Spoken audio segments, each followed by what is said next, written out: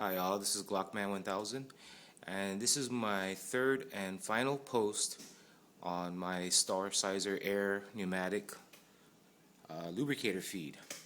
Now if you notice, it looks a little different from my previous setup, and I'm going to show you what's been done to basically from the original design to what I have now, which is going to be my permanent one. This is going to be the setup I use from now on.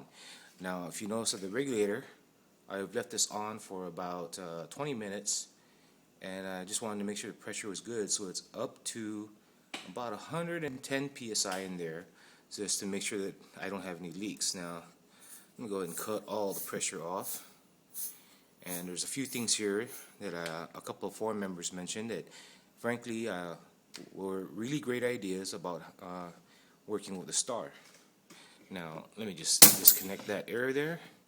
Now Garans R Us, John on the Cast Bullets forum mentioned that he would do it differently by putting a quick disconnect in this area.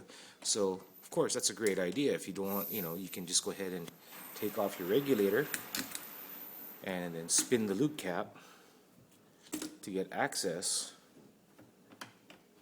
to the plunger body to refill with lube. Great idea, John. I didn't really think about it, and you mentioned it, and that was great. Now I have some other things I decided to add on too. So here's a couple of the other ones. I made an extractor for it. I'm using a turnbuckle on the top, and I just drilled it out on top and then tapped it with a 5/16 threaded rod. And this is just the splicing tape that I used to cover it up, so I don't scratch the inside of the luber body. And then it's just a coupling nut, a 5/16 coupling nut, Loctited here and also on the handle. And I use this brass nut here, since I had it left over from that tank kit, to go ahead and tighten it and force it against here to make it like a kind of like a, I guess, a lock nut for the T-handle. So we can go ahead and use this, thread it right on, and of course you got the T-handle, so it makes extraction of the plunger a lot easier. You can grab it and pull it right out. Now there we go.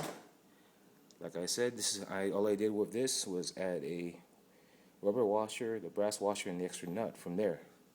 Now this plunger, our extractor plunger, you can make yourself. It's an easy to do thing. Just threaded rod and a coupling nut, and you can actually make your own T-handle. Maybe you could make one a better one than that, but it was a turnbuckle I found that was perfect for the job. It doesn't cost a lot.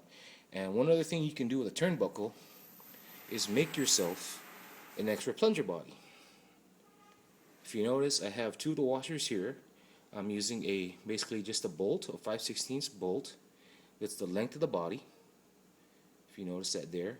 But one thing about a turnbuckle is you got to drill out one side. Make sure you don't drill out the side where this bolt can thread into, because then you have to remember, of course, the turnbuckle, one is left-hand thread, so I drill that out because it's not necessary. As long as I have one here to bite on, it's no biggie. So I did the same thing, put a washer on each end, and then I put a brass washer on top. So right here, this is great if you're using this air feed system and you don't want to have to use your original plunger, and it's actually really tight, more tight than the other one, so you really got to force this down here. But this is something in case you don't want to have to use your factory Star plunger. Okay, so either way, and the good thing about this is I'm working on a pressurization system for the Lyman type, and when I was looking at this, this could also be used in a Lyman if you were to pressurize it too.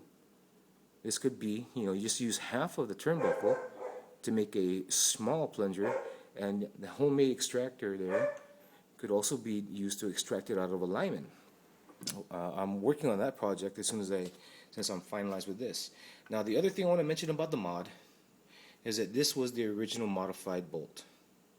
Now the problem with the modified bolt is this was a grade 8 bolt, so we had to use a carbide boring bar and a cut-off wheel or a cut-off bit to turn this down, and it was kind of hard to tap this because it is a hardened grade 8 bolt.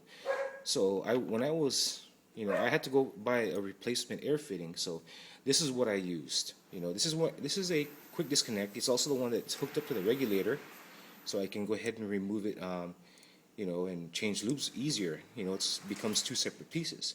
Now, there's one thing I noticed about this. I already have the threads on top, so I wondered, I bought this new one because my old one was leaking. So I disassembled the old one. And basically what I did was, if you notice, there's some knurling there.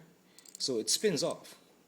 If you spin this off, and you take off the collar, the spring, the O-ring, the bearings inside, you'll notice that it looks almost like it'll fit right into right here.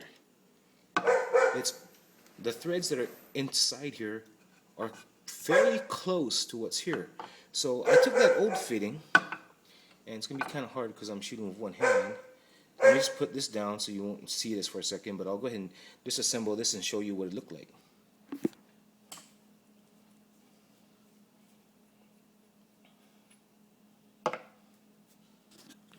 Okay, now basically this is my old leaky air fitting that had bad internals, and what we did was basically we just turned it down on the lathe. The threads here were almost perfect, except that they're finer than 5/8 by 18. They're actually pretty much a 5/8. So what we did is we just actually just started from. We didn't cut this. If you notice, it's bored out perfectly. Of course, since it is designed for air fitting. We just go ahead and turn this down. Got a 5/8 by 18 tap. You notice, well, of course, if you look at the head here, let me give you a side-by-side comparison of what this looks like. Try and get a good shot of it. This is basically, this will probably be easier. This used to be my old fitting, and this is the one I'm going to change out on my air hose. And basically, that's what it was.